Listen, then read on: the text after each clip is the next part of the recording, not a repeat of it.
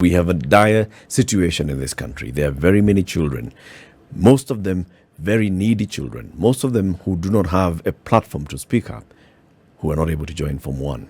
Why? Because school fees. They played their part. They performed very well. They scored good marks. They are transitioning to secondary school. There's a 100% transition policy anyway, that they should all go to school. But why is it that we have so many cases of people who are unable to send their children to school? This one who turned up with a hen, she performed, she got an admission letter, she had nothing. Their parents had nothing. They could not afford to take her to school. She went with a box. They afforded the box. They afforded the box. She went with the box. Empty. This girl was in a primary school, and the school head obviously knew her financial situation. Yes, he did. Her teachers knew her financial situation. They did. Her local chief knew her financial situation. They did. The Nyumba Kumi head knew the financial situation. They did. All right? They applied for various bursaries. They did. They got one response, negative. Yes. Okay? The others did not even respond. The local MP, we don't know what the local MP said, whether he is even aware of this, the local NGCDF committee, whether it's aware of this. It's like that. The other story the other day was of another girl who, this girl lives, the guardian of this girl is her grandmother. She's performed very well. She has scored 400 and, what was it? Just 10 marks less of what the number one student countrywide had scored. Yes. This one got there, but then we still have issues. Do you know where the story is, where the thread comes in? Is somebody calling in? Yeah. We'll shortly be speaking, so Edna will alert us when we can speak to someone. You see, if you look at the thread, like the story of this young lady called Akofa, Yeah. the father met a journalist. Yeah. It is a journalist who connected her to their MCA. The journalist connected her to the MCA. And said, look, you have an MCA, it's called so and so. Let me bring this story to the attention. The MCA heard of the story, checked, confirmed that this story was actually true. Yeah. School got details, sent the money. But as Ndu said, this is not sustainable. It cannot be sustainable. Even this MCA was not able to have done it. No. We are trying to get the Cabinet Secretary for Education, the Honorable EZEKIEL MACHOGU on the line, so we can also hear the policy direction on this particular matter. And I mean, what's the Ministry of Education thinking on how to hold it? He's on the line. Mheshimiwa EZEKIEL MACHOGU, good morning. Yes, good morning. This is SpiceFM. You're speaking to Eric Latif, Nduoko, and CT Muga. Karibu sana, and thank you for speaking to us. Thank you. Mheshimiwa, we have an issue that we're discussing this morning. It's a story that's in the papers today. It's been in the papers almost daily since the day you announced the results for KCPE.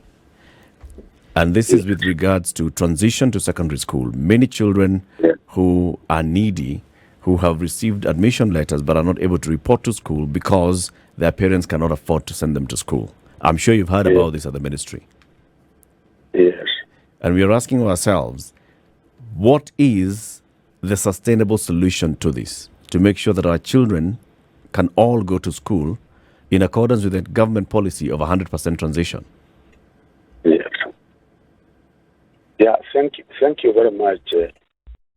The junior secondary school, we opened the schools on the 30th of last month. So ever since the time we opened this 2 weeks, by Monday when we were doing an assessment, we found that over 900,000 had reported to school, and the number that had not reported was about 201,000. There is an improvement by the day. Each and every day as we check the numbers that are so far reported, we find that there is a remarkable improvement. So by today, I'm sure the number will not be 200, it will be much less. As far as those who have reported in junior secondary school are concerned, and we have started embarking on an exercise of ensuring that each and every one of them reports back to school. And we are also informing the chiefs, assistant chiefs in this. So hopefully in 1 week's time, all of them should have reported back to school. Okay, was it resolved? In the Form 1, Yes. in the Form 1, we are happy to report that a number of them, like yesterday, I sent my peers to Alliance Boys, and those who have reported are 100%. And the turnout in Form 1 is actually better as of now compared to junior secondary. So we are hoping also that towards the end of the week, those who will not have reported will be able to have reported back to school. It's a normal trend, because when we take the figures even for the other years, the initial reporting, parents sometimes take a lot of time to take their children back to school. Waziri, let's talk about the two issues. Let's first of all address the one you addressed first, the junior secondary transition. Yes. So initially, the transition was not so high. You're telling us that initially they had 201,000 children who were not reported to school, and this number is improving on a daily basis. What was the reason for this 201 not to report to school?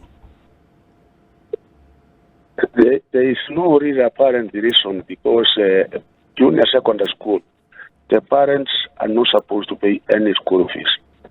The government is giving capitation the tune of 15,000 and the 42 Kenya shillings. The only thing that parents are supposed to do is uniform. And even uniform, we say that they can be able to use the uniform that they used to use in primary school until such a time that parents will be ready to procure the uniform. So it's just a practice where you find parents sometimes assume that the proper running has not started in schools, so they delay their children at home, and they probably wait for 1 week or so before they take their children back to school. So we are hoping that towards the end of this week, by next week, we should be able to have 100%. And in any case, as I've said, we have set the teams which will be moving around, because we know their families, we know those who are supposed to report back to school, such that we will be following up personally in each and every home to ensure that the children actually report back to school. Waziri, there is an issue in terms of what comes from you. I know that there are certain directives that you've given, especially this one that you've just mentioned about, look, let's not force anybody to buy uniform. There are things that come from you directly, but how are we then able to enforce them on the ground? Because they come from you, but they're not enforced in some schools. That parents arrive at school and they're asked for something different. So is there an enforcement mechanism to make sure that they're adhering to the things that have been said? You know, in education we have a structure. We have regional directors of education, we have county directors of education, and also in each and every sub-county, we have directors of education. Actually, we even have curriculum development officers. So we have a structure that covers up to the grassroots, and through that structure, we make sure that each and everything that we have said is implemented and enforced. And where we get cases of anybody going against the regulations that we have issued, then disciplinary action is taken. Like on Monday, I had a Zoom meeting with all the regional directors of education, all the county directors of education, and also the sub-county directors of education, and the proper guidance and the instructions were given in which each and every school is supposed to conform to. Waziri, have you heard of cases where some children have not reported to school because of, one, the instruction that some schools are not gazetted as junior secondary school, and so the nearest school is far from these children, and parents are therefore not able to actually send the children to that nearest school, which is several kilometers away? That is one case. Another case where just because of that requirement for changing of school fees and the school heads also not communicating your directive on time, there are parents who have ended up not sending their children to school because there's a new requirement for some school, for buying uniforms, for everything else. Have you heard of those two cases? Because they've been reported.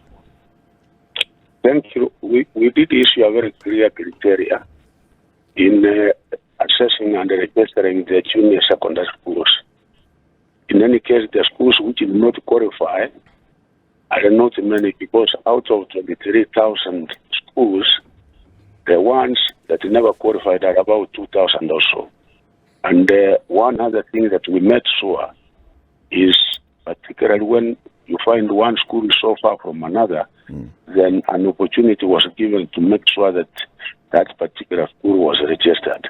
So we have not had a case really, and when they come forward, in case they come, we are able to reconsider. If we find probably there is one case which a school was ripped out and there is no another school nearby, then we are able to reconsider and give that school an opportunity to be registered as junior secondary school. So we have not had any specific case where either the local leaders or the community will be able to come up and say, this particular school is so far from that other one, so kindly consider. We had one case here which was actually reported live on air by the MP for Gilgil constituency, the Honorable Martha Wangari. She was here and she said she even raised it to the president when the members of parliament from Nakuru County met with the president over the weekend. And the request was, why not register all primary schools as junior secondary school institutions? Registering all, because the main criteria we are following is the number of students. Because if you get you have only 10 in the junior secondary school, then you find that particular entity is not viable. Because our guideline was that a school should be able to have at least 35, 45, so that we are able to send enough teachers to that particular school. So the guiding criteria, you might get a school, yes, there, but it doesn't have students, so you cannot be able to say there's a junior secondary school in that particular school because we don't have students. In order for a school to really become a school, you must have students. So in some of these schools which did not qualify, the main thing was that the number that we used to have in that particular primary school was probably 10, 20, and you find there's another nearby school which has probably 30 or so.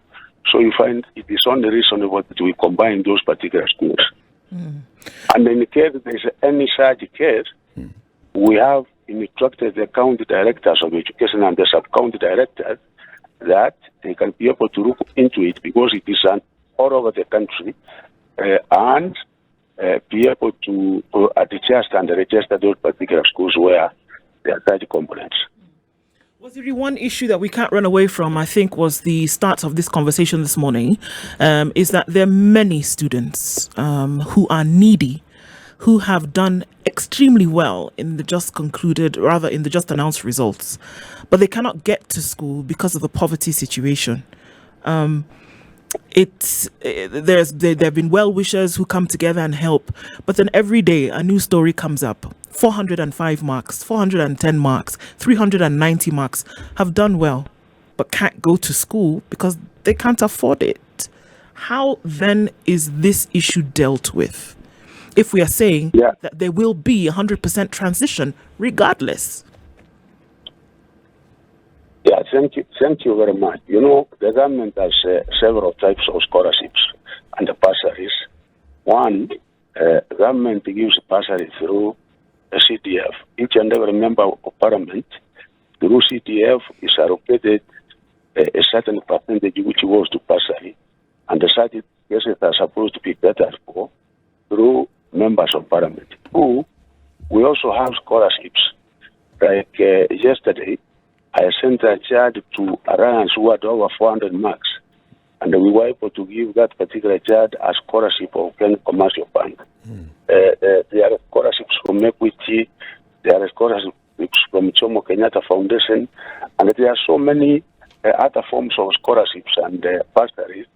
Indeed, including the counties, government also gives bursary through counties. So where we have such genuine cases, and they come to our notice, and even the local leaders, then there are avenues in which they can be able to be assisted. But then this is the problem here is that there are very many cases that are falling through the cracks, Waziri. Unless a case actually comes to your office or goes directly to an MP's office through the media, there are very many children who are not going to school. You saw the headline in the Standard last week where we had photos of children who have performed very well, but they're all saying that they haven't received any bursary despite applying for various bursaries and scholarships. How do we address this? But you know, the example I've given you of school, for example, let us take Ryan Sports. As of now, from 1, we have 100% attendance and registration, and you will get that a number of those parents have paid actually about 90%. But all the number which has not been able to pay is 10%, and that is the number which I say in each and every area in this country, there is an assistant teacher achieved. And there are no opportunities for bursary which are available. So in each and every case, a parent should be able to apply to his local CDF committee, because if anyone does not get a member of parliament, they can be able to apply through the committee and they will be able to access the funds. I'm sorry, Waziri, but this is exactly what we are saying. It's not working. There's a school in Magarini constituency called Bandacho Primary School. All the candidates who sat for KCPE last year scored 300 and above. 17 of them scored 400 and above. There are several, and one of them is highlighted in the Star this morning, who has resorted to herding cattle because her parents could not send her to Maasai girls in Isinya. Moi girls in Isinya. And this is despite the knowledge that there is CDF, despite, of course, the availability of CDF, of the presidential bursary, of the county. There is no part of this country that we don't have a chief, we don't have an assistant chief. There is no part of this country that is not represented by an MCA, by a member of parliament, by a governor, a senator. Yes. Such that there is no part of this country where we don't have a deputy county director of education. So all these local leaders at that particular level, once they come together and bring up those cases, I'm sure there is a solution, and no child should be able to stay at home simply because of school fees. Bwana Waziri, I believe what you say is true. You see, we talk from a position where we have reports that are brought to us by parents who have actually followed these very processes that you are mentioning, and they reach out to journalists, not necessarily who work for the Standard Group, but who work for other media houses, because these stories have been highlighted by literally every media house in the country. So these processes that you speak of have been followed. What we are saying is that, yes, the processes exist, and it is exactly as you say, but we are saying it doesn't work. We say it's falling through the cracks because when you have students who've done that well, and despite everything that you say which is available, and they still do not have fees, someone resorts to breaking stones so that they can raise money. Somebody goes to school with their primary school uniform because they don't have the money. Then there is a problem somewhere. That is what we are trying to say. You know, the other thing you have said is that even if a child does not have school fee, and probably has not been able to access his local leaders at that particular level, he or she should be able to report to school, and the head teacher, they are also under instructions to be able to raise those cases that yes, so and so has been admitted in this particular school, but she's not able to pay the school fees as required. And then from there we will know that there are such cases, and then we take them up, either with the local leaders or the available scholarship that we are also able to access. So unless you get specific cases, because there are avenues which we say, even if a child does not have school fees, even a single cent, he should be able to report to a school in which he or she has been admitted, and then from there the headmaster or the head teacher will be able to raise the issue, and once the issues are raised with the local education officers, they know they will be able now to get ways and means of ensuring that that particular child is considered for bursary, because the government gives enough money through bursary, and no Kenyan child should be able to stay at home because Waziri, if I can Iraq just get school. clarification from you on this particular point, are you saying with clarity that students who have been admitted in schools and cannot afford it should show up to those schools and they will be admitted as directed by your office? Yes, they should be able to report, and at that particular point, even the head teachers will be able to raise the issues with the local education officers, and from there we're able to work out a mechanism. And really, each and every parent that have said there's an assistant chief, there is a chief, there is an education officer at the local level, there are head teachers at the local level, such that any child who has been able to get those good marks, the local community, because there are so many avenues of these scholarships and bursaries, nobody should be able to say, here I'm stranded because there's no money. Even the government, it's only the other day you saw the disbursement through CPF, about 4 billion. What is the purpose of that money? The purpose of that money is for children to be able to be given bursary. You have seen the money which is going to the counties. There is a percentage which is supposed to cater for anybody who does not have school fees. And the school fees we are talking about, if it is a day school, parents are not supposed to pay any single cent, because the only thing that they pay is pro uniform. They buy uniform, but you are aware that day schools, which are 72%, because in secondary, the number that we have boarding schools are 28%, and the 72% of our schools are day schools. And the day schools, parents don't pay.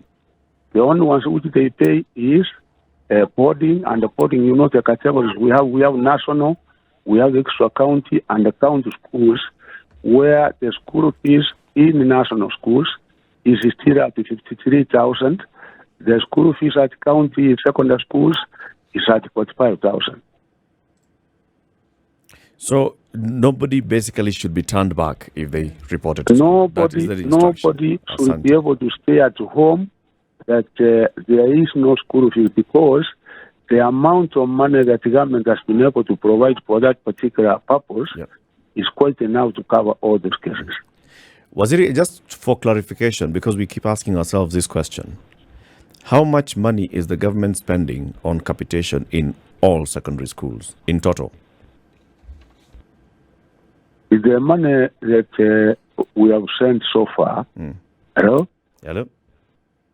The money that we have sent for senior secondary school, we have already dispersed the money. Hello? Yeah, we can hear We have already dispersed the money to all the secondary schools. Yes. For this quarter.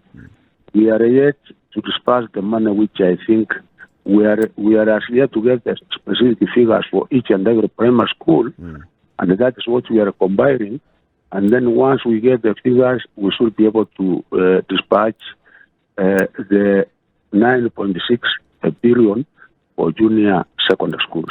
So annually, the budget is about 9.6 billion shillings that goes to juniors this is for junior secondary. No, that is only for first term. For first term of junior secondary. Yes, for the entire year, it is going to come to almost 27 billion. And how much for senior secondary? For senior secondary, you know, for senior secondary, the capitation we also give is 22,244, and for all the schools we give almost 18 billion. And this is per term? No, that is per year. Per term, yes, that is per year.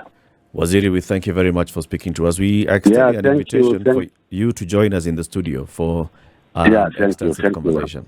Thank you. God bless you. Asante sana. Thank you. That is the Cabinet Secretary for Education, the Honorable EZEKIEL MACHOGU, speaking to us.